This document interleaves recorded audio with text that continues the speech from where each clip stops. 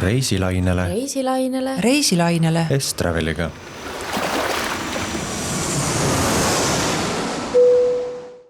Tere head kuulajad, mina olen Sandra ja te kuulate Reisilainel Estraveliga podcasti. Oleme oma saadetes juba kruiisidest päris palju rääkinud ka ja sealhulgas siis ka jõekruiisidest. Täna siis sukeldume sellesse teemasse veel rohkem süvitsi ja võtame fookusesse siis ühe konkreetse kruiisifirma, milleks on siis Ama Waterways, meie väga pikaajaline hea partner. Tegelikult on jõekruiisid juba järjest populaarsust kogumas lõpuks ka eestlaste seas, et mujal Euroopas on see juba ammu väga populaarne reisimise viis, aga lõpuks on see ka eestlasteni jõudnud ja seda on näha ka siis Estraveli numbrites, sest meie kaudu jõekruiisil käinute arv on viimastel aastatel ikka mitmekordistunud.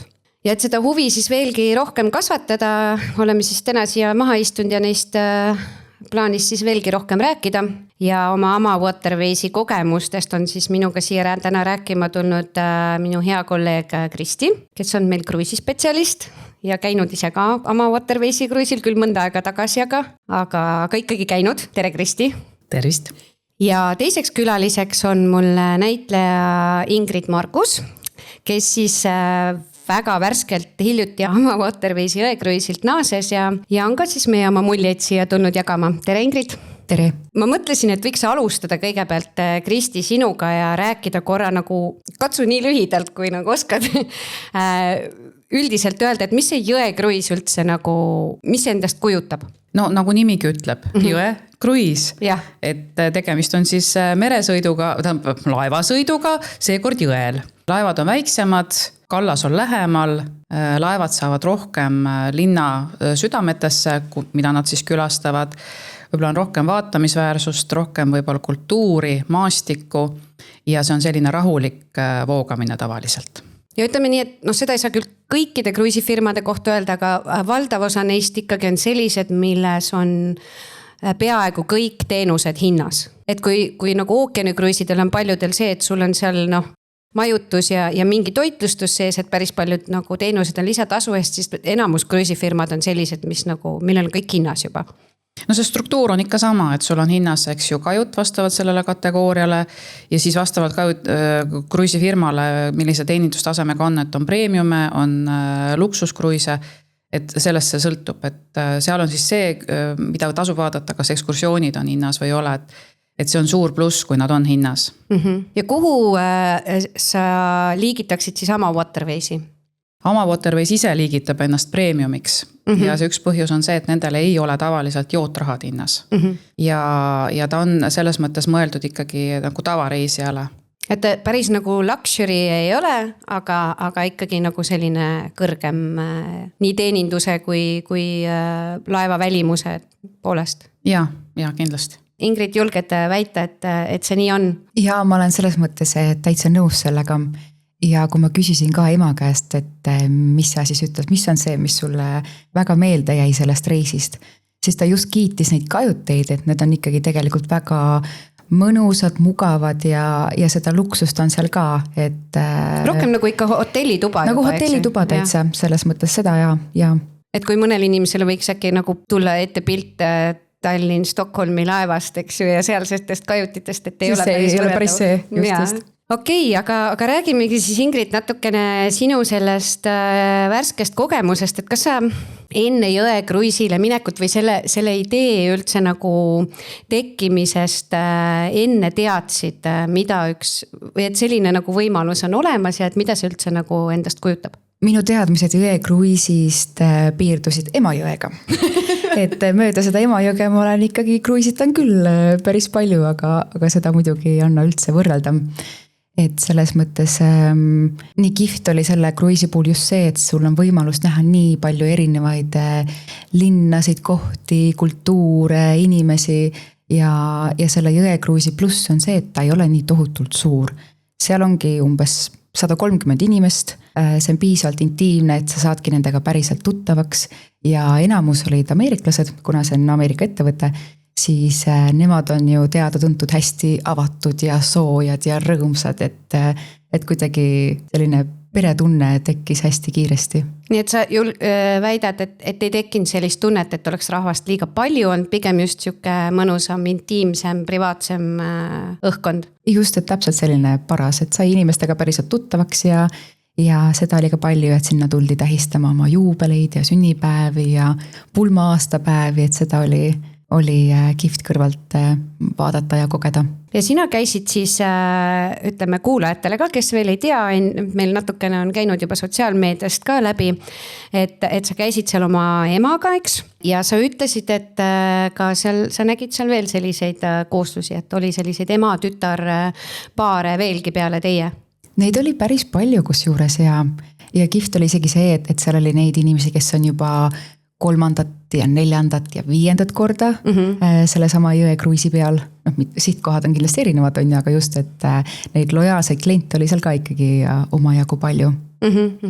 Sa oled ilmselt oma emaga varem ka reisinud, et või kuidas sul see nagu see emaga koos nädal aega sellisel nagu väga kuidas ma, jõe kruiis on ikkagi siuke konkreetne ju programm, eks ju, et sa oled ikkagi nädal aega kogu aeg koos, et kuidas tundus? Kui ma mõtlesin tagasi, millal me emaga koos palju ringi seiklesime, siis tegelikult see aeg jäi sellesse aega, kui ma tegin võistlustantsu. Ja hommikul kell 7 startisime, läksime võistlustele kuhugi Eesti peale ja õhtul tagasi. Aga niimoodi täiskasvanuna nädal aega järjest me ei olegi väga ammu koos seigelnud, aga see oli nii tore just see, et sul on aega, sa ei kiirusta mitte kuhugi. Sa ei pea muretsema, kus see järgmine ekskursioon on, kuhu sa pead minema, mida sa hakkad tegema, et selles mõttes see tegi selle asja hästi mugavaks ja lihtsaks meile mõlemale. Et me saime lihtsalt nautida ja olla. Kas emal ka mingi ettekujutus oli, et mis see nüüd, mis teda ees ootab? Ma arvan, et võib-olla tal isegi oli seda ettekujutus rohkem kui minul sellel hetkel aga ja kõige võib-olla kihvtim selle jõe kruiisi peal, kui sa seal oled ja vaatad ringi, on see keskrein. Kõik need lossid ja need mäed ja need veiniistandused, et see on ikkagi selline vaatepilt, mida ei mõtle siit koha pealt kodust välja.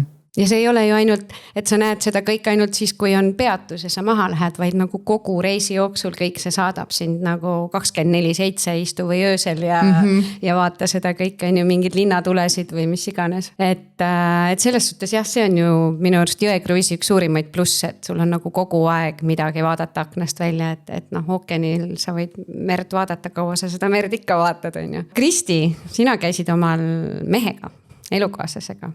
Kuidas sa ta nõusse said? No ma kartsin, et sa küsid seda, kuidas ma ta nõusse sain.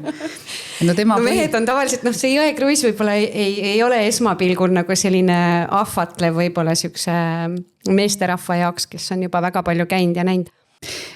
No juhtus selline lugu, et kuna Estrevel on Clia liige, siis ma käisin ühel Clia konverentsil Southamptonis ja siis seal oli üks esinejatest, oli Amma Waterwaysi üks asutajatest Ruudi ja ta nii kirega rääkis sellest kõigest ja lõpuks andis kõikidele osalejatele ka vautšeri, mis andis suure soodustuse ja siis ma tulin koju nii üks kindlal sammul, ütlesin, et selle me nüüd kasutame ära.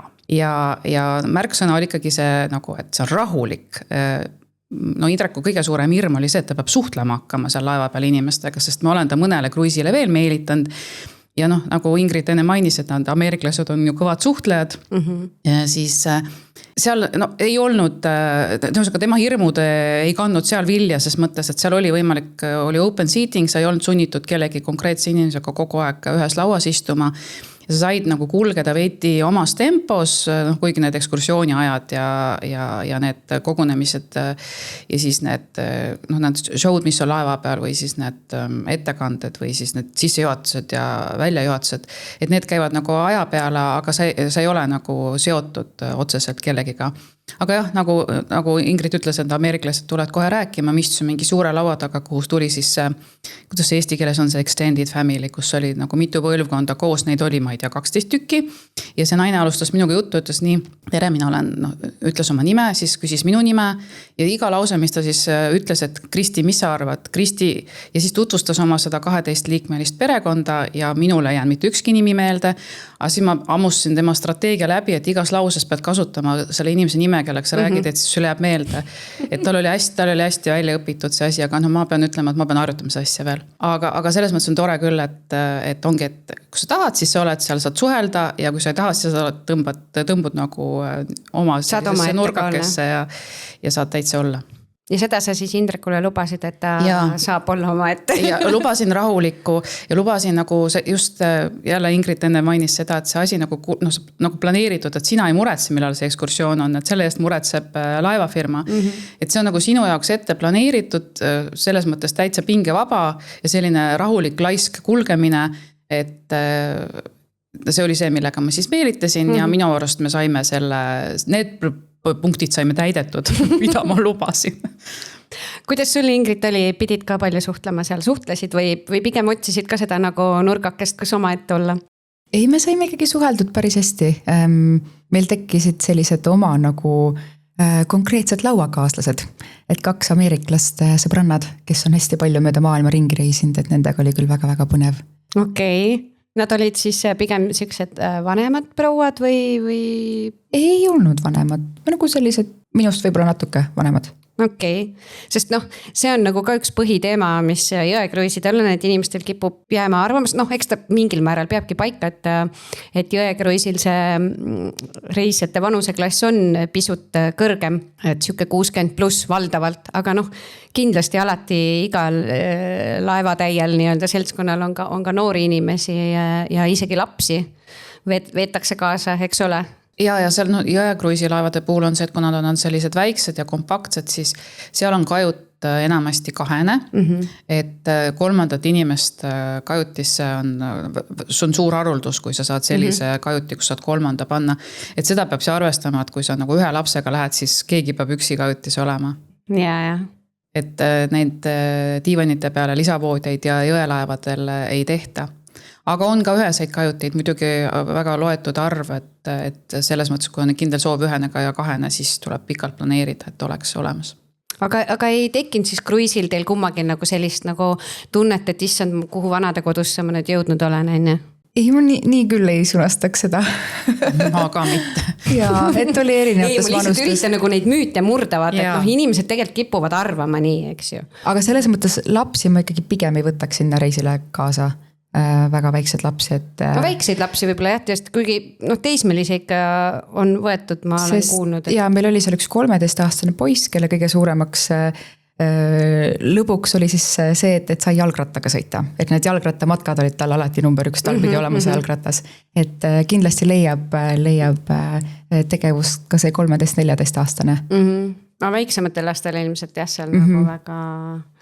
Ja seal peab selle lapse huvitegevuse eest hoolitsema lapsevanem, aga ongi, et erinevate huvidega lapsed on, et ma olen kuulnud küll, kes lähevad sellepärast Gunnardi kruisile, et seal on suur kunstinäitus ja tahabki minna seda kunsti vaatama või et see sõltub huvidest.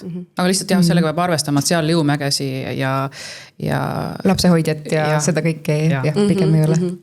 Aga seal on ka, ütleme seal, kui sa ütled vandade kodu on ju, et seal on vanu inimesi ka, aga see minu meelest see valik ongi nii lai, et see on nagu enne mainisin, need laiendatud perekond, et seal ongi mitu põlvkonda. Ja ma peaks ütlema, et küll ei olnud mul jõekruisi kogemus, oli ookeanikruisi kogemus, aga oli ka päris palju sellist vanemat põlvkonda laeval ja mina läksin varem magama kui nemad. Seal läks ikka peoks. Et ei saaks öelda, et oleks nagu selline vaikne või niisugune ülirahulik ja tagasihoidlik, et kell 8 õhtul on juba nagu vaikus majas ja kõik tuduvad. Et tegelikult väga lõbusad, et ei saaks öelda, et 60+ ja siis on juba pidu läbi. Kusjuures meil oli ka pigem see variant, et nemad jäid veel pidutsema ja me kustusime ära, sest et äratus oli hommikul nii vara. Sellest juba seda sai juba mainitud, et valdav osa on siis pardal ameeriklased. Et keda veel kohata võis seal või tundus, et seda rahvust nagu oli rohkem? Meil olid seal mõned austraallased ja siis olimegi meie ja ikkagi valdav enamus olid ameeriklased. Sakslasi ei olnud? Oli küll kusjuures. Ma mõtlen, nende on ka hästi populaarne see jõekruiisimine just, aga muidugi see kruiis viis suurem osalt läbi Saksamaa, et ilmselt need oma riigi jõgi võib-olla nii väga ei kõida. Kuidas sul, Kristi? Seal võib mängida rolli ka see, et Ama Waterways näiteks ongi Ameerika firma, eks tal on ilmselt rohkem nagu oma promot ja turundust Ameerikas. No tegelikult ongi üle 50% kruiisituristidest ongi ameeriklased. Aga Euroopas seilavad ju veel Saksa firmad, Prantsuse firmad, et seal ongi laevades võib-olla tegevused saksakeelsed või siis prantsusekeelsed, et võib-olla nemad vaatavad oma koduturule nagu lähedale, et valivad endale mugavama variandi. Tead sa, mina rahvusi ei mäleta, ameeriklasi oli, aga minu meelest oli väga värviline seltskond, et ma ei oska kedagi esile tuua. Rohkem eestlasi ei kohanud peale enda? Meie kruiisil küll mitte. Ei olnud jah? Muidu on ikka see, et igal reisil ikka kuskil nagu mingi eestlane on, aga seal on nii vähe inimesi, et seal on suurt väike võimalus, et mõni eestlane sul seal. Aga ma ütlen, vaata, meil käis Riina just ju ka õppereisil Amaga ja tema õppereisi seda aruannet ma lugesin ja seal ta kirjutas, et hakkas laevast maha tulema, siis nägi, et uued inimesed tulid laeva ja 2 inimest jätsid väga eestlaste mulje ja olidki eestlased, ema ja tütar, kes olid korduvreisijad ja ta siis rääkis nendega juttu, nii et ta ikka on, kuidas öeldakse, igas sadamas üks eestlane. Ja nad jälle ema ja tütar, eks, et mul on nagu siuke tunne, et see võiks täiesti olla selline nagu, ma ei saaks öelda, et uus, aga selline nagu populaarsust koguv kooslus nagu on, nagu perereisid lastega, ma ei tea, linnareisid sõpradega, hobireisid hobikaaslastega, siis on ema ja tütarde reisid. Või isade ja poegade reisid. Ja, vabalt. Mulle praegu endal hakkas siuke mõte tekkima, et see kruis on hästi turvaline või see eriti see jõekruis kuidagi hästi turvaline. Et näiteks ma mõtlen praegu, et kui ma emaga tahaks minna reisile, et ma vist, mina peaks rooli minema, ma ei tea, kas ma viitsiks nagu autoga Euroopat läbi väisata, ise roolis olles ja siis muretseda kuu parkida. Et selles mõttes nagu turvaline, et sa oled hoolitsetud ja siis teises mõttes nagu turvaline, kuigi ma ei tea, et meil oleks seda hirmu, et naised oma pead või et niimoodi, et lihtsalt, ma ei tea, seikled mööda Euroopat, ma ei tea, mul ei ole seda kogemust, aga mul lihtsalt kuidagi tundus, et see lisab nagu selle turvalisuse poole ka veel, et see viib sind punktist punkti ja sul on kogu aeg söök, sa saad iga hetk kuhugi minna, sul on mingid inimesed, kes juba teavad sind ja et see ei ole nagu incognito, et võid kaduda lihtsalt juh. Mulle meeldib juba see teadmine, et ma olen tavaliselt enda reiside puhul alati see organisaator, kes muretseb, kus me majutume, kuidas me sinna saame, millega me liikleme, mis vaatamisväärsus me käime vaatamas. Et selle kontseptsiooni puhul ongi see, et ma juba unistan sellisest reisist, kus ma lihtsalt lähen ja ma ei pea neid asju nagu organiseerima, vaid need on kõik olemas juba. Ja see ka, et nad annavad alati sulle valiku, et sa saad ka ise valida, millist ekskursiooni sa tahad teha või kuhu sa tahad minna. Et see on ka minu arust hästi kihvt.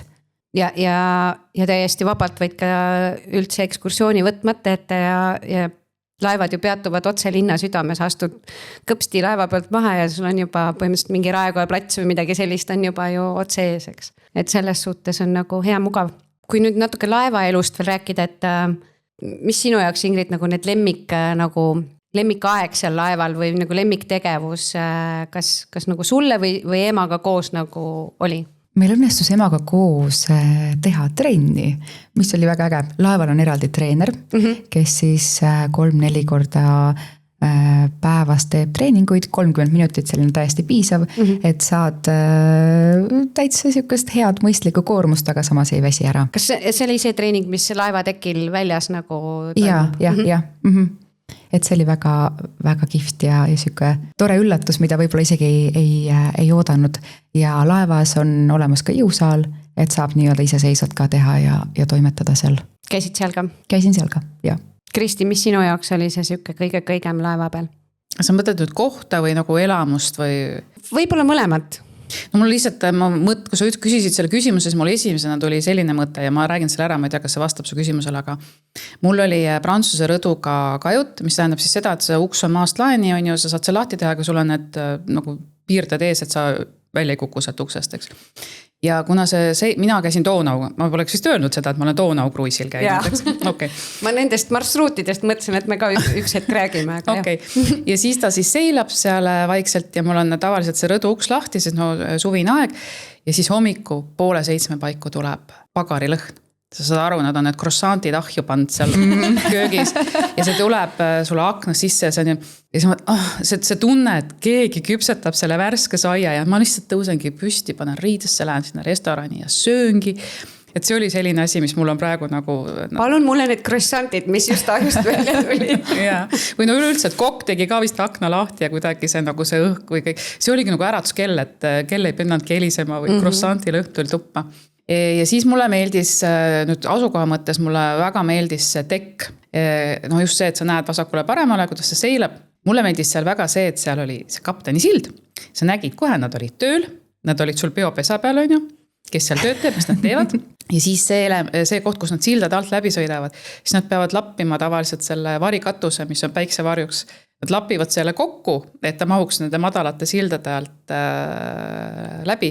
See on ka selline huvitav vaatamine, nüüd läks aktsiooniks, neid maha võtma ja peale panema.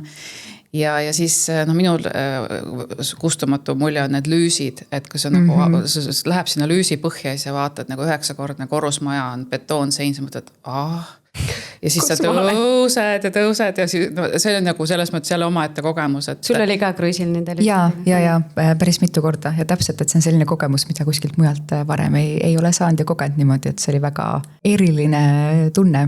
Ja mul on just hea meel, et me alati tõusime, et ei läinud sinna põhja. Ja need, kes teistpidi sõitsid, need tulid põhja. Vastupidi.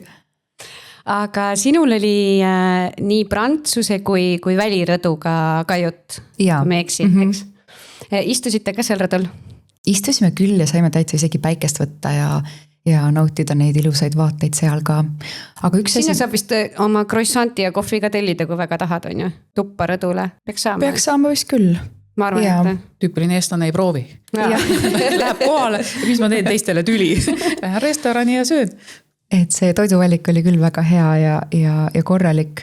Ja minu arust eriti tore oli see nende teenindus, et sa päriselt tundsid seal, et sa oled hoitud, sinuga tegeldakse, ka sinu eest röstitakse ära see röstsai, sina lihtsalt mine istu, naudi, joo kohvi hommikul. Kas mingiks päevaks oli juba see ka, et teenindaja juba teadis, kuidas sa kohvi jood? Just.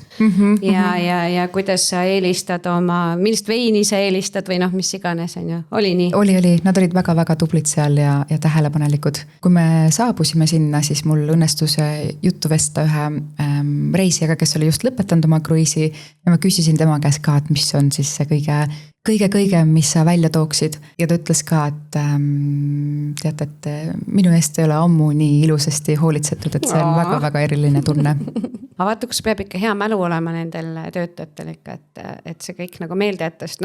Okei, reisijaid küll pole nii palju, aga ikka piisavad ja kogu aeg ju vahetuvad, eks ju. Et see peab olema hästi treenitud mälu ikka, et sellist asjad meelde jääks. Ma arvan, neil on mingi struktuur. Nad on välja õpetatud niimoodi, et nad midagi endale arhiveerivad õigesse kohta, et see jääb meelde. Ja oleneb ka, et kuhu sa istud, on ju, et istudki selle oma teenindaja juurde, kes sulle juba väga meeldib, et siis... Ja ilmselt sa ise oled ka võib-olla kas oma olemuselt või oma välimuselt kuidagi rohkem meelde jäävam nendele, et siis nad juba nagu... jätavad sind mingi nagu asja poolest nagu meelde hästi. No minu meelest ikkagi töötab see kahepoolne suhtlus selles mõttes, et kui mina ise nende suhtes olen, ma olen ka lihtne, et mul ei ole mingeid hirmsaid ootusi, et tema küsib, mina vastan, kiidan, tänan ette taha, et siis ta nagu ka on rohkem avatud, et on neid tähtsaid küll nähtud seal, kes ei pea seda teenindavat personali millekski, eks ju, et eks on siis tõmbavad ka nagu selles mõttes kaugemale, et pole siis vaja tüüdata, aga kui sa ise oled avatud ja tänulik, siis saadki rohkem, kui arvatagi oskad. Kuidas inglise keelega tundub, et on nagu hädavajalik või pigem saab ka ilma hakkama? Sul ema räägib inglise keelt? Natukene räägib, ja. Aga võis jääda selline mulje, et kui inglise keelt nüüd ei oska, siis jääks vist hätta? Mõtlen selles mõttes kõik menüüd ja asjad on pigem inglise keeles ja ekskursioonid ka. Aga samas ma arvan, et seda inglise keelt ei pea üldse rääkima, ma ei tea, C1 tasemel, et piisab sellisest lihtsamast ka. Sest no ma ei tea, kuidas sinul see meeskond oli, aga Donau peal olidki Donau äärsed inimesed töötasid, et hästi palju oli ka muidugi Balkani rahvast. Ja siis nad osad tahtsid harjutada vene keelt meiega, aga me ei allunud provokatsiooni. No, minust ei ole vene keeles nii palju asju ka inglise keeles. Et... Aga selles mõttes keele erroreid sai nalja küll. Näiteks ma toon ühe näite, ma ei tea, on aega. Ja, palun. Et see vist oli võib-olla esimene või teine õhtusöök, kus ma sattusin suurde lauda siis ülejäänud inimestega istuma ja siis ma võtsin mingi veise sisefilee ja ma palusin väikest tükki, small piece. Palusin väikest tükki, sest ma nägin, millised hullud kogused kõigile tulid ja ma teadsin, et ma ei suuda seda ära süüa ja mina ütlesin, mina ei taha raisata, small piece. Ja siis ta tõi mulle see sama kogus, mis teistel oli lihtsalt väikesteks tükkideks. See nägi välja nagu guljaš.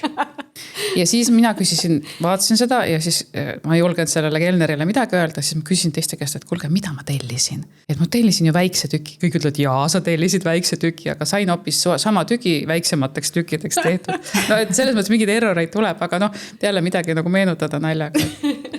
Kahjuks ma ei söönud seda kõike ära. Võiks arvata, et kui on tegemist Ameerika firmaga, siis portsud ei ole Euroopa standardi järgi, vaid ongi Ameerika standardi järgi hiiglama suured. Ei, ma ei saaks öelda seda, ta ei olnud nagu Ameerika söök, ta oli ikka nagu Euroopa söök. Pigem jah, sest neid käike oli ju nagu palju erinevaid, vähemalt 3 käiku ikkagi oli, et jõuaks ikkagi kõik käigud ilusasti ära süüa. Ja see oli ka, et lisaks oli alati, kas oli pakkuda hamburgerit, friikartulit, lõhet, steiki, et oli tavamenüü ja pluss lisaks siis mingid asjad. Klassikalised, et kui muu peensus ei sobi, siis saad purksi süüa. Et see oli ka, jaa. Aga muidu natuke oleme juba siin kogu selle vestluse jooksul seda toiduteemat puudutanud ka, aga üldiselt Ama Waterways ju ennast väga kiidab nagu oma toitlustust ja kui kõrgel tasemel see on, et lausa nagu Michelini tasemel, kas nõustute või pigem siuke lihtsalt hea toit? Ta on pigem parem kui hea. Aga päris Michelini tasemel võib-olla? Mul on Micheliniga väga vähe kogemusi, okay. Aga kui ma hakkan mõtlema nagu nendest luksusfirmadest, eks ju, kes näiteks meil see Okeania Cruises on selline, kes nagu reklaamibki seda nagu üle toitlustust. Et siis ta on pigem nagu fine dining seal, aga see on ikkagi selline nagu tavaline restoran. Nendel on küll, et neil ongi laevas üks restoran ja siis on neil see Chef's Table, yeah. Kus sa saad ühe korra kruiisi jooksul tasuta käia ja seal on siis vähe nagu peenem söök. Seal ongi 7 käiku ja seal on küll ikkagi pandud rohkem rõhku kõigele ja maitsed olid ka väga head ja seal on ka veinivalik on tegelikult teine. Jah, sest et söögi kõrvale maja veinid, eks, mis on linnas, need on tavaliselt midagi, kus piirkonnas jälle ollakse, aga nad ei pruugi olla nagu niisugused nagu Reinijõel on Reiniäärsed mingid riislingud ja sellised veinid ja ma ei tea, Tuoro jõe ääres on ilmselt mingid rohkem nagu portveinid või mingid, et selle järgi. Et ütleme nii, et võib-olla nüüd nagu nuriseda, eks ju, siis võib-olla see veinilist on selline, et ütleme, kui sa oled harjunud võib-olla näiteks mingi kuivemate, siis oli kogu aeg tuli seda Austria valget veini, mis ei olnud nii kuiv, siis aga selles mõttes, et ma ei nuriseks. Et veinigurmaanidel ei ole mõtet seal oodata mingisugust väga uhket veinikaarti. Aga... Maja hinna sees. Ja. Aga veinikaart eraldi, kus sa saad lisaks juurde osta. Lisaks tellida seda oli ja see oli väga korralik. Okay. Saab täitsa šampanjat tellida. Aga räägime siis natukene, või mis natukene, räägime pikemalt teie marsruutidest ka, et kus te siis ikkagi täpsemalt kruisimas käisite, et Ingrid, sina siis käisid Reini jõe kruisil, mis algas Amsterdamist ja lõppes Baselis. Kokku oli, kui palju riike oli läbi? 4 riiki on ju? Holland, Saksamaa, Prantsusmaa ja siis lõpetasime Šveitsis. Mis lemmikpeatus oli?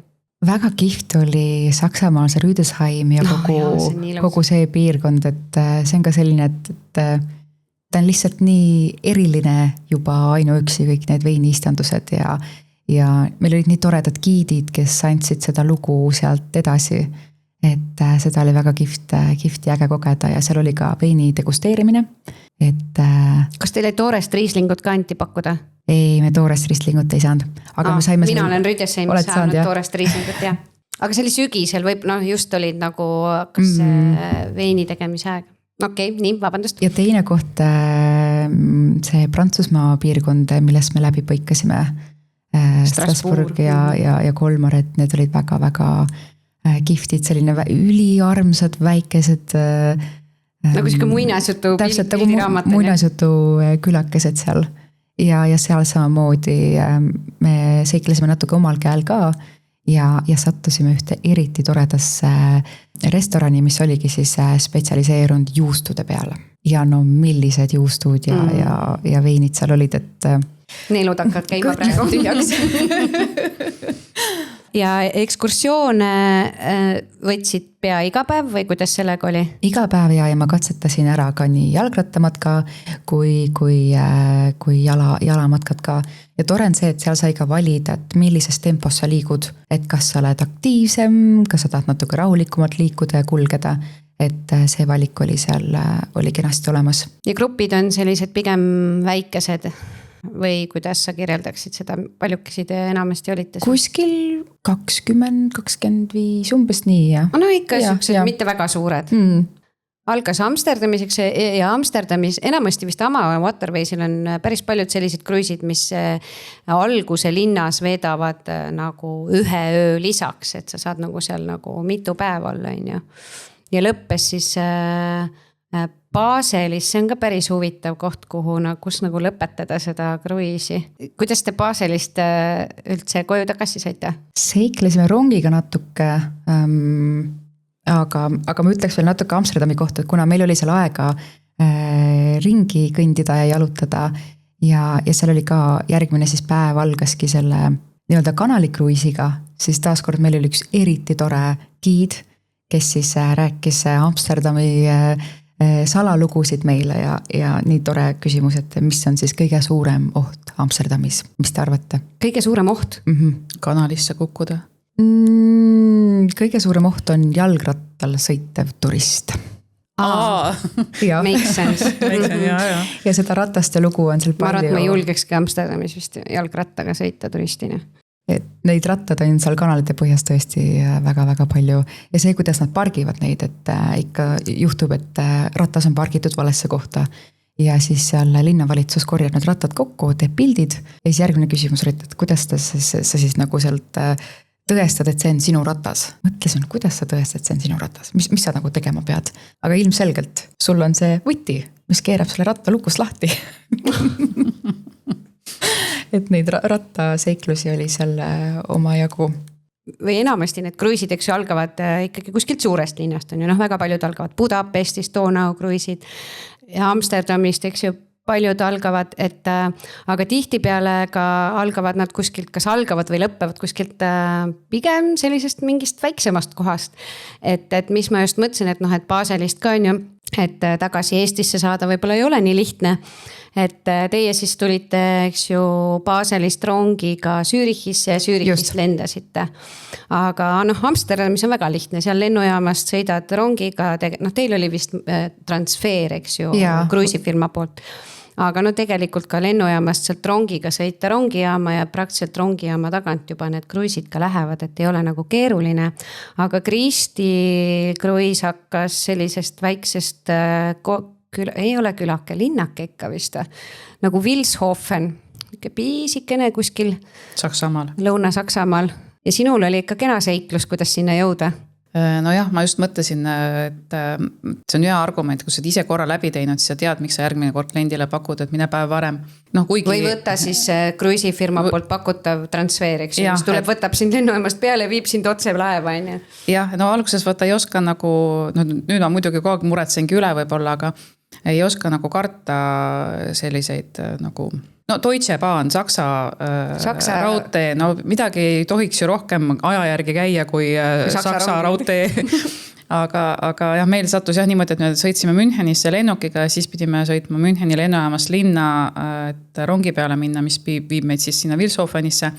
Aga seal oli mingi raudteejupi remont, siis meid suunati tagasi lennujaama poole, siis me pidime minema mingis X peatuses maha läbi mingite tunnelite kuskile raudteejaama, kus me pidime aru saama, kus läheb see rong, mis meid võiks sinna viia, kuhu me minna tahame. Aga seal on kõik saksa keeles ja minul oli ikka juba pea all otsas, sest ma ei saanud nagu mitte midagi aru, et kus kohta see rong siis tulema peab ja kuhu ma siis oma kohvriga minema pean, et mingit nagu infot ei olnud. Hirm juba oli, et nüüd laevale ei jõuagi. Jah, sest et ma nii tark olin küll, et ma ei olnud vaadanud, et see laev on esimese öö seal Vilshofeni sadamas. Ja kui ma kohale jõudsin ja aru sain, siis mul oli küll, mis ma tõmblesin, on ja. Aga ongi, et mul nagu õnnestus, tegin õigel ajal õiges kohas suu lahti ja küsisin ja sai õige rongi peale lõpuks, eks. Ja tegevusi pakuti ka seal esimene õhtu oli meil väike Oktoberfest seal kaldal, kus olid need puhvisvarrukatega tüdrukud, tassisid need õllekanne ja siis mis need kringlid on, mida nad pakuvad? Spretselid või? Mingid suksed. Pretzel. Et keset suve oli väike õlle Oktoberfest, eks. Aga just see, et linn on nii armas, aga ta on selles mõttes mitme transpordivahendi kaugusel, et neid osasid, mis võivad valesti minna, on seal palju. Ja ma praegu ei oska seda kalkulatsiooni öelda, aga mina soovitan küll tasub vaadata seda, palju see kruisifirma enda transfer, osadel puhkudel on ta hinnas, osadel puhkudel saab selle siis juurde osta, et kui palju ta siis maksab, et kui oleme ennem rääkinud sellest pingevabast ja planeeritud asjadest, et siis et võib-olla tasub juba alustada selle pingevaba transfeeriga seda reisi. Ongi ja Amsterdam kindlasti on selline linn, kus võikski rohkem aega veeta kui need 2 päeva, mis kruisi sisse kuuluvad, eks ju. Sinule ma sain aru, et jättis ta nii kustumatu mulje, et tahad tagasi minna. Jaa, seal on päris mitu kohta, mis ma avastasin, et ma ei olegi veel varem käinud ja avastanud seal oma päini öelda. Aga see ei olnud esimene kord Amsterdamis? Ei olnud, ma olen käinud küll varem, okay. 2-3 korda. Ja sina siis said Amsterdami lennujaamast laevale kruisifirma transfeeriga, kuidas see toimis seal? See oli selles mõttes küll väga valutu ja mugav, et me tulime välja, meil oli kohe inimene, kes ootas seal, võttis oma takso peale ja viis meid põhimõtteliselt laeva ukse ette. Aga te jõudsite juba hommikul, te saite kohe ikkagi asjad laeva ära panna, et kuigi tegelikult check-in vist hakkab mingi kas 3 umbes.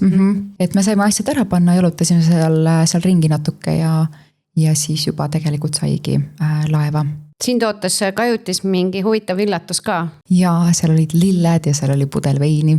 Ja mingi sall oli ka ei olnud? Ja järgmisel päeval me tulime peale hommikusööki ja seal oli ka väiksed sallikesed, mis oli nii armas kingitus. Hästi ilus nägi välja küll, et Ingritil olid pildid ka üleval, et väga, väga kaunid sallid olid.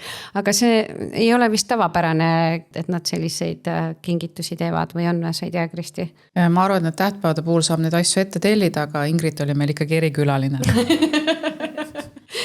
Ja. Võtame sinu marsruudi ka siis, et kus siis sina käisid.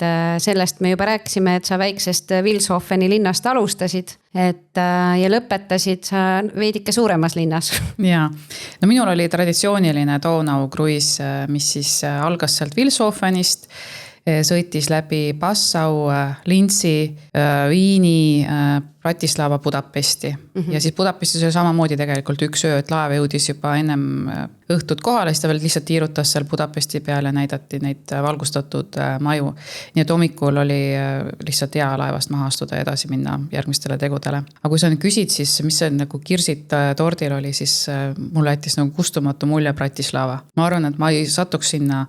Seda ma poleks küll arvanud praegu kogu selle nimekirja käest, et nagu Bratislava. No teised, ma võiksin teistest ka, ma ei tea, mida kõike kokku rääkida, aga see Bratislava oli selles mõttes, et ütleme, ta on nagu tegelikult nagu linn, on ju, selline linn. Suur linn. Aga see ei ole selline koht, kuhu sa satud, et näiteks Budapesti mõtlen, lähme teeme nädalavahetuse Budapestis või Viinis või Prahas, aga Bratislava ei ole niukel, meil ei ole vist lennuühendusigi siin, ma isegi ei ole kursis. Aga ta tundub nagu kuskil nurga taga. No põhimõtteliselt ta ongi Viinist ju nagu nurga taga, et mööda jõge sõitsid läbi ümber nurga ja oligi Viin. Et ta on nagu nii lähedal. Aga see esimene kord, kui ma sinna Bratislavas mitu korda käinud nüüd pärast seda jõe kruisiga, siis iga kord ta on ikkagi selline, ta on kuidagi nii armas ja selline no ühesõnaga minu jaoks oli tõeline üllatus, et see Bratislava selline linn on. seal oli vist hästi äge mingi suur uhke loss ka kohe seal jõe ääres. Ja no teisena ma peaks võib-olla äkki siis seda Lintsi välja tooma, sest sealt sai võtta päevareisi Salzburgi, aga meie võtsime päevareisi kuskile Tšehhi linna, mille nime ma praegu ei mäleta, aga see oli jälle selline asi, et sa pole ette valmistatud, siis see üllatab sind nagu eriti palju, et oleks me selle marsruudi ja kõik need variandid nagu ma ei tea, interneti abil läbi töötanud, siis ma oleks nagu teadnud, aga see Tšehhi väike linn ka mingi tohutu kindlus ja loss ja mingi, see oli ka selline, et kusagil on selline nagu pärl, et see jättis ka väga nagu sügava mulje. Ma just mõtlen, et see jõekruis selles suhtes ongi tegelikult ühest küljest juba sellepärast nii hea see reisimise viis, et sa näedki seal võib-olla mingeid selliseid kohti, mille peale sa muidu ei tulekski ja siis on et sa veedad seal küll ainult 1 päeva, aga siis sa mõtled, siia tahaks tagasi tulla. Et muidu sa ei oleks võib-olla eales tulnud selle peale, et võiks Bratislavasse minna, praegu mõtled, et võiks ju täitsa minna ja külastada seda veel ja vaadata. Jah, no üldse kruiisidega ongi nii ju, need ka ookeanikruiisid, merekruiisid, et me kõik oleme passi vaadanud, me teame, et meil enam väga palju aega ei ole, eks. et sa seda luksust ei ole, et ma saan igas kohas nädala veeta, et selle kruiisiga sa saadki mingisuguse esimese aimduse sellest kohast ja sa saad endale panna to-do listi, et sinna ma tahan kauemaks ja pikemaks minna.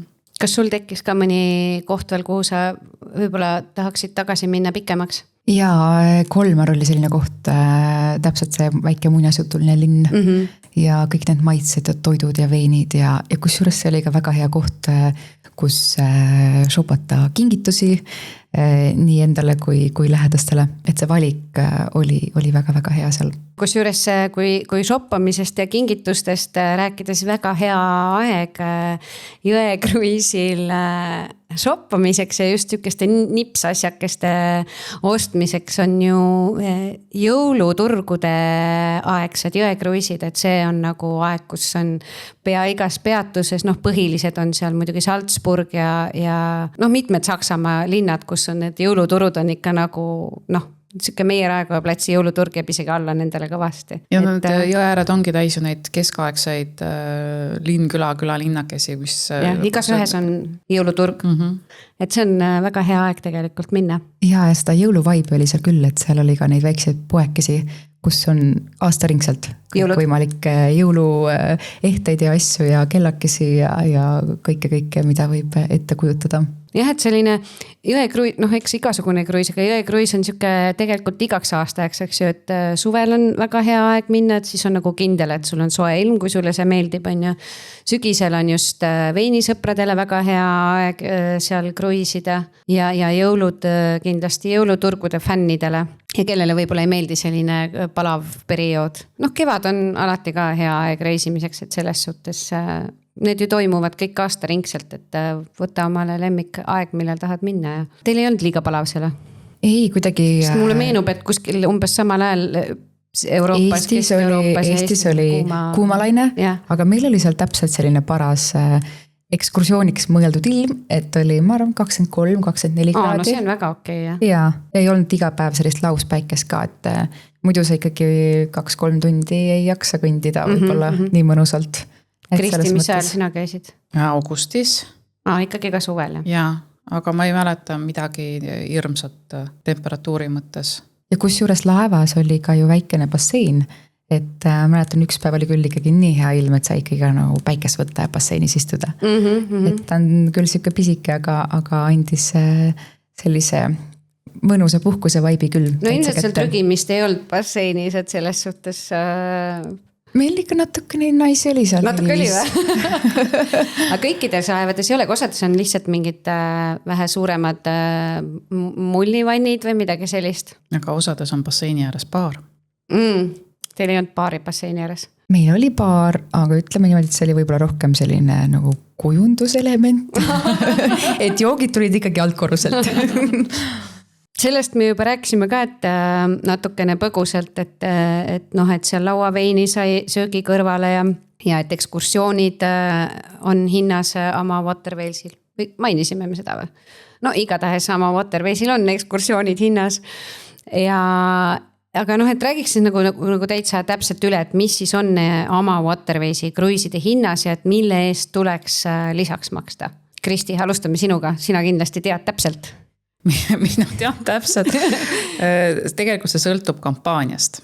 Vaat meil on selline... No ütleme niimoodi klassikaline selline, et kui ei ole mingit erikampaaniat, et siuke klassikaline oma Waterwaysi jõe kruiis on siis kruiis valitud kajuti kategoorias, toitlustus läbi...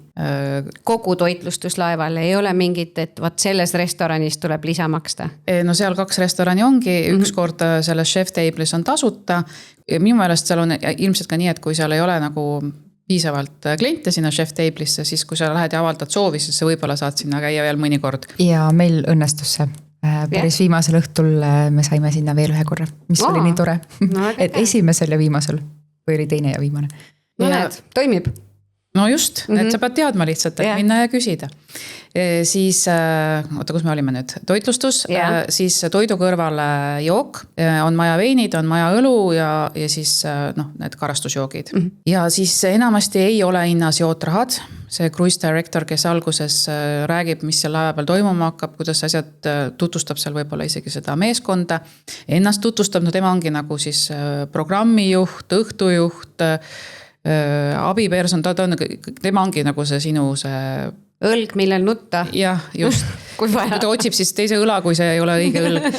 Aga no ühesõnaga, sinu nagu turvaisik sellel laeval. Tema seletab ära ka ja ta ütleb seal tavaliselt, kui palju nagu see soovituslik jootraha on, siis ta saab siis pärast kas ümbrikusse panna või siis oma kaardiga maksta seal arvel. Siis ekskursioonid on hinnas, valik ekskursioone, eks. Seal on kindlasti võimalik ka teha mingisuguseid erilisi, aga need on siis lisatasu eest. Aga valik ongi siis see, et seal ei ole ainult nagu üks. Palju seal valikus oli? Kas oli vist äkki mingi 3 umbes? Sõltub kohast. Oleneb kohast ka, jah.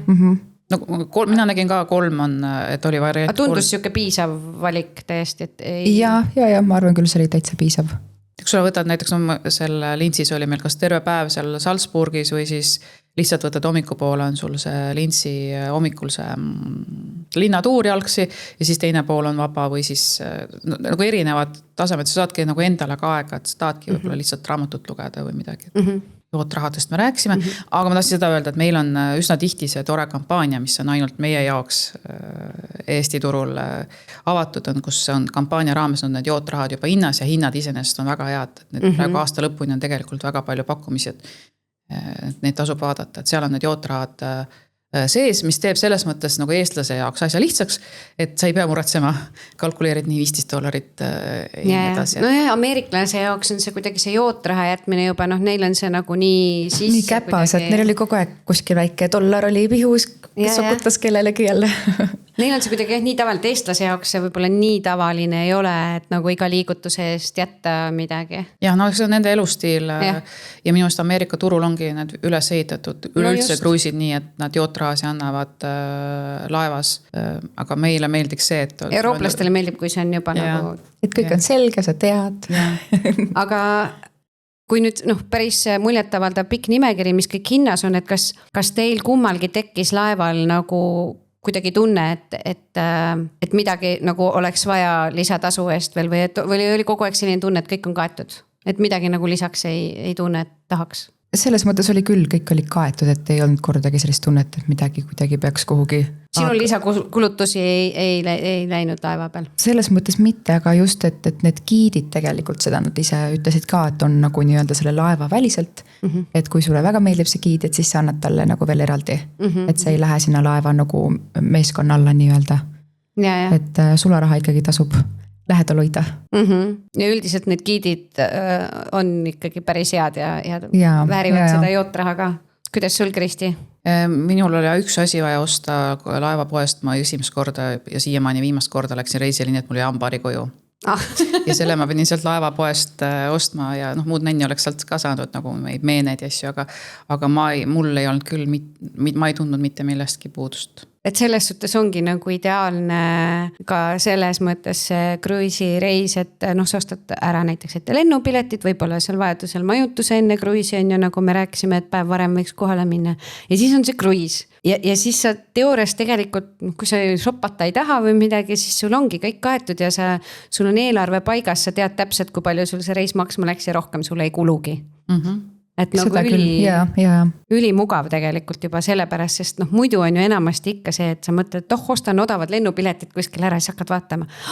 Pekki majutus on jumala kallis või siis vaatad, issand seal väljas söömine on mingi mega kulukas on ja transport on kallis, noh kõik siuksed asjad. No näiteks praegu vaene soomlane otsustas AC/DC kontserdi all lihtsalt tulla turismireisile Tallinnasse ja majutushinnad olid 300 eurot ööd, noh. Hea näide, jah. Aga tegelikult ma mõtlesin, ma teen teiega kiire sellise, mina küsin, teie vastate siukse lühikese vastusega, siukse ringi ka. Et ma eelmine podcast seda tegin, tuli päris naljakas välja või siuke lõbus. Et siis jah, nüüd lühidalt, kiirelt. Millise ühe sõnaga ise loomustaksid jõekruisi? Kristi? Laisk. Mõnus. Need 2 sõna väga hästi sobivad kokku minu arust. Nii, kas päikesetõus kajuti rõdult või sildade paraad ja linnatuled õhtul välitekil? Päikesetõus. Ja päikesetõus ikkagi. Saite nautida ka päikesetõusu oma rõdult? Koos croissanti lõhnaga. Isegi päikseloojanguid võib-olla rohkem. Okay. Aga ikka oma rõdult on siuke mõnusam. No tegelikult see teema juba käis läbi, aga ma küsin ikka lemmikpeatus. Mina ütlesin Bratislava. Mina ikkagi ütlen Kolmar. Lemmiktoiduelamus? Seal laeva peal. Jah. Vasta sa Ingrid ära, mul on pikem lugu. Nii. Ikkagi see Chef's Table, et see oli nii mitmekülgne ja nagu väga täiuslik kooslus kõikide nende jookide, erinevate veinide asjadega, et see oli väga meeldejav. Kirsiks oli näiteks, ma ei tea, kõige parem magustoit või? Seal need makroonid ja need koogikesed ja asjad, see oli väga hea.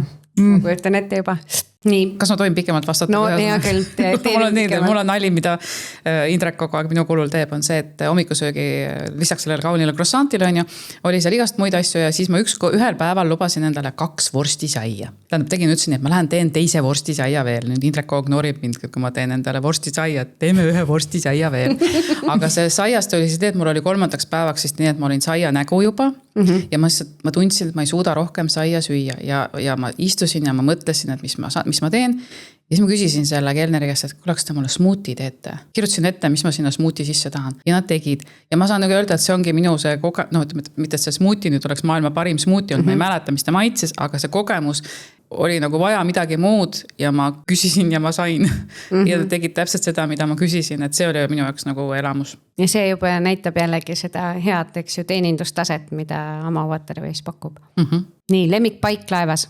Mina ütleks see laevatekk, meeldis seal jälgida, mis toimub seal. Ja samamoodi laevatekk üleval ja ka all laeva ninas oli selline mõnus koht, kus sa istuda ja päikest nautida ja seda vaadet imetleda. Ma mõtlesin, et siit tuleb mingi kajut. Nüüd selline vastake ikka ausalt, kas kruiisil hakkas kordagi igav ka? Igav kindlasti mitte, nii palju toimus päeva jooksul, et pigem oli just see, et õhtul tuli uni kiiresti, et ei saanud nii palju osa võtta sellest õhtusest programmis, mis seal oli erinevad kontserdid ja asjad ja muusika, et ma läksin lihtsalt magama. Ei jõudnud igavdada? Minule ei hakanud igav. Oleks võinud olla veel paar päevat, oleks nagu raamatut ka lugeda. Indrekul hakkas igav? Ma ei usu, et temale meeldivad rahulikud asjad ja talle Nii, mis jäi järgi proovimata, mida kahetsed? Mina ei tea, siis ei olnud ratta asjad, kui mina käisin või ei olnud minust tegijat, ma ei tea, aga ma tahaksin küll proovida seda rattaga ekskursiooni. Nii, ma kohe leian selle ülesse. Saksamaal oli selline koht nagu Black Forest. Ja see piltide pealt tundus ülimüstiline ja kihvt, aga see oli päris pikk seiklus sinna. Aga mõtlen küll nüüd, et tegelikult oleks võinud ikkagi ära teha. Terve päeva siis ekskursioon mingi? Jah. Aga need rattad, kui sellest rääkida, kas need olid poolelektrilised või nad olid täiesti? Nad olid täiesti tavalised. Ja. Sest ma olen osadel näinud ka kirjelduses, et on need electric bikes ka, aga ju siis neid kõikidel laevadel ei ole. aga rattad olid küll selles mõttes väga mugavad ja nagu väga lihtne käsitleda. Ja neid kasutati palju? Jaa, kasutati küll. Mina käisin Düsseldorfis rattamatkal. No jah, siis Kristi järgmine kord, kui kruisil lähed, siis hoia ratastel silm peal. Nii, viimane küsimus. Mitte oma nagu eelnevatest kogemustest, vaid lihtsalt, või no võite oma eelnevatest kogemustest ka, aga lihtsalt mõte, et noh, et mis te arvate, et kes võiks olla parim jõekruisi kaaslane? Ema, elukaaslane või parim sõber? Ema. Aga sa tahtsid ühesõnalist vastust? Mulle on sobivad kõik need valikud, sõltub kruisist. Jah, sihtkohast võib-olla ka selles mõttes. No räägime praegu nagu Euroopa jõekruisist. No seal ka ju. Kui ma näiteks nagu Toorole läheksin ju tead veini jooma, on ju, siis mul nagu võtaksid sellised semud, kellega ma saaksin veinist rääkida või noh, kes hindaks samu asju nagu mina, on ju. Siis võib-olla mujale läheks näiteks emaga. No selge, siis see on sükse mitme vastusega küsimus. Räägime siis Amar Waterwaysi üldse nagu võimalustest ka, et sina käisid Donau kruisil, sina käisid Reini kruisil, et kus see Amar Waterways siis veel seilab, millistel jõgedel? Just eile sain teada, et neil on kokku 31 laeva. Laevastikku on, mida siis seilama panna, tavaliselt siis on ju Donau, Saksa jõed, Rein, Main vist. Siis, Mosel ka. Jaa, siis Prantsuse Saon. Raon. Seine. Sään. Siis Portugal Douro. Douro. Prantsusmaal Bordeaux piirkond ka, seal oli seal mingi Garonne ja Dordogne või ma ei tea, mingi X-nimed millest nii. Siis Aasia pool on neil Mekongeks, Aafrikas on Niilus.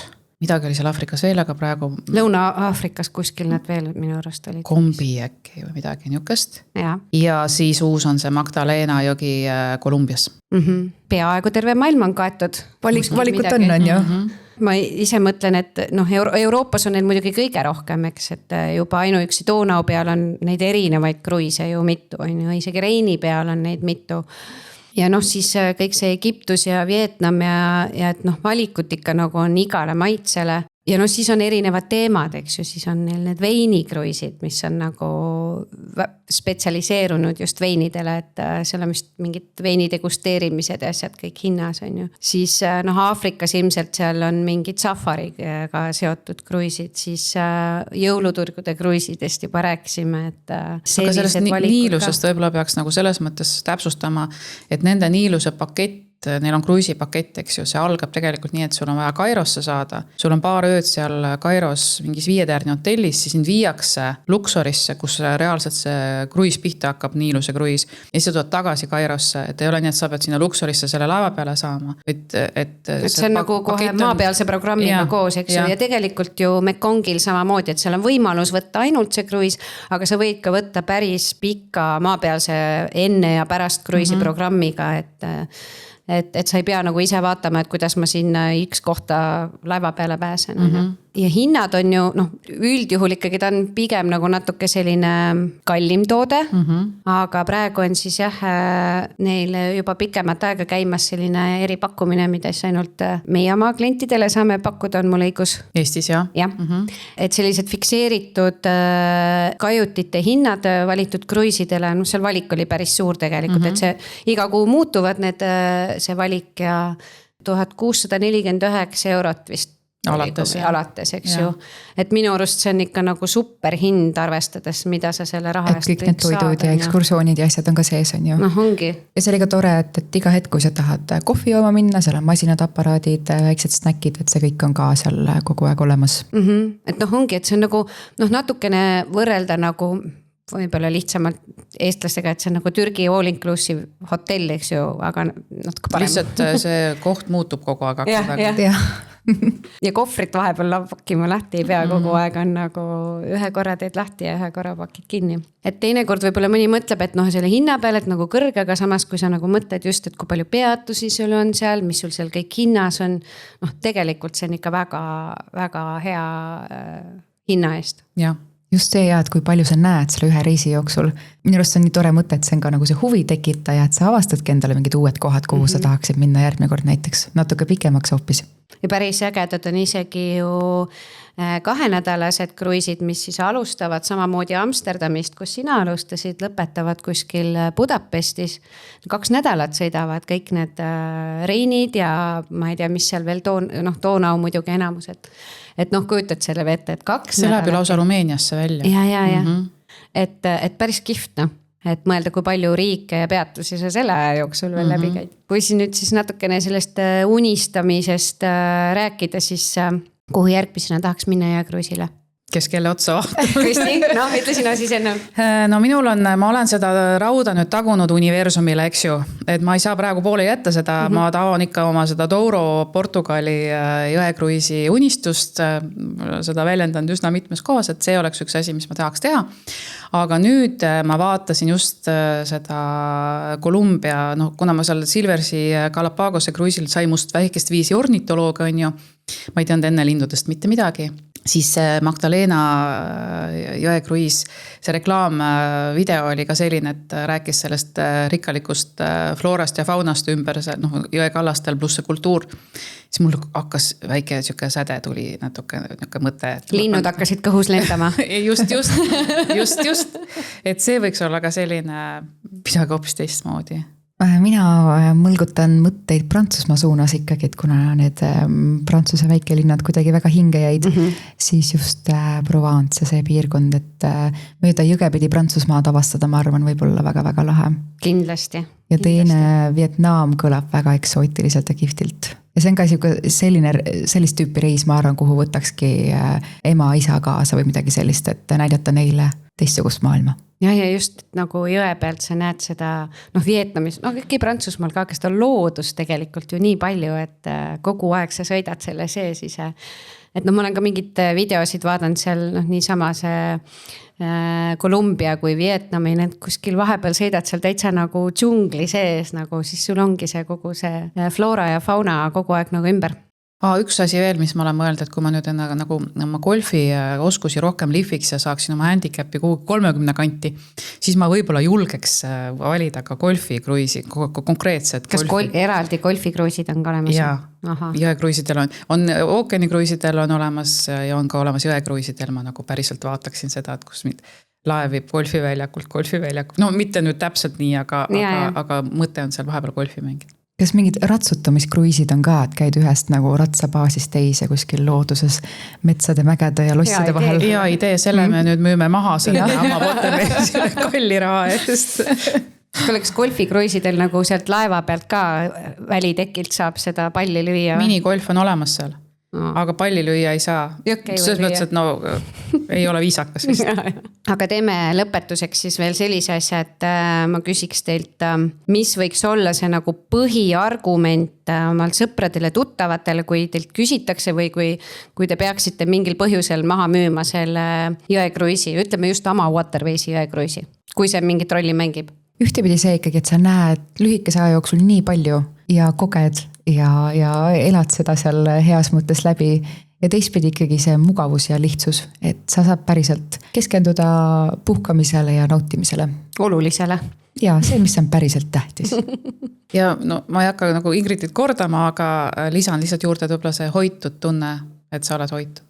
No väga hea, minu arust need on siuksed väga kaunid sõnad, millega see saade täna lõpetada ja aitäh teile muljetamast ja täna siia tulemast. Aitäh. Kuulmiseni.